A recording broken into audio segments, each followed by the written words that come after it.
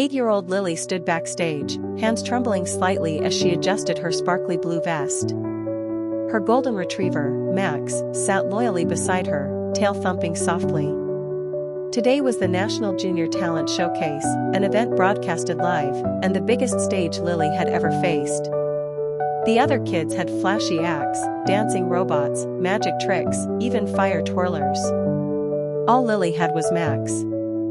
But she had something the others didn't, a secret signal and a bond stronger than words. "Are you ready, boy?" she whispered. Max gave a soft bark. 1 year earlier, Lily had been in a car accident that left her with a permanent limp and took away her confidence. Therapy was slow, but it was Max, trained as a service dog, who gave her strength. As they healed together, Lily discovered Max was smart, very smart. With time and love, she started training him with subtle hand signals and soft whistles. Over months, he learned complex tricks, skits, and even how to mimic human actions. It became their secret language. Her father suggested the talent show. At first, Lily laughed. But then she saw the spark in Max's eyes and said yes. Lily limped to center stage with Max beside her. The spotlight was blinding. The audience quieted. She took a deep breath and gave Max the first signal. Max immediately leapt into action. He ran to a mini piano and started tapping keys, playing a rough version of Twinkle Twinkle.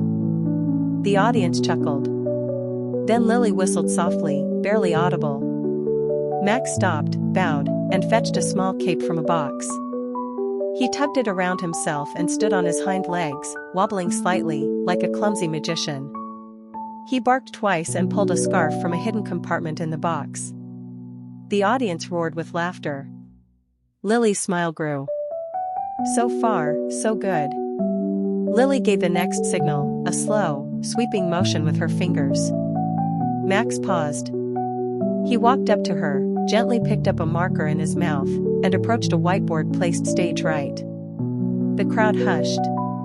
Max began drawing. It was messy at first, lines and circles. But slowly, the shape became clear, a heart.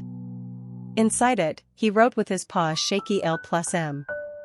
The audience gasped. Then came the final move.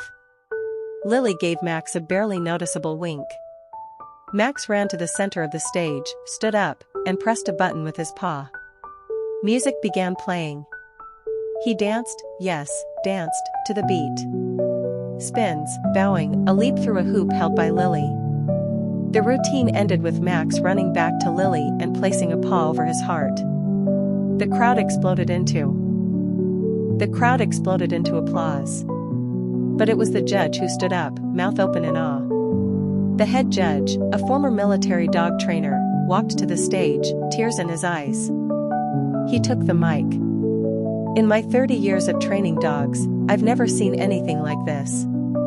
That dog didn't just follow commands, he performed with empathy, creativity, and love. This wasn't an act. This was a story. And I am speechless." He looked at Lily. "You and Max just changed what I thought was possible." Lily and Max won the competition. But that wasn't the best part. Later that evening, Lily and her parents were approached by a woman from an international talent agency. "We'd love to have you and Max on our world tour of human-animal performances." Lily looked at Max. He wagged his tail. "We're in," she said with a grin. Years later, Lily and Max would go on to perform in theaters, hospitals, and schools. They weren't just entertainers, they were healers, teachers, and ambassadors of the incredible bond between a girl and her dog. And it had all started with a secret signal and a leap of faith.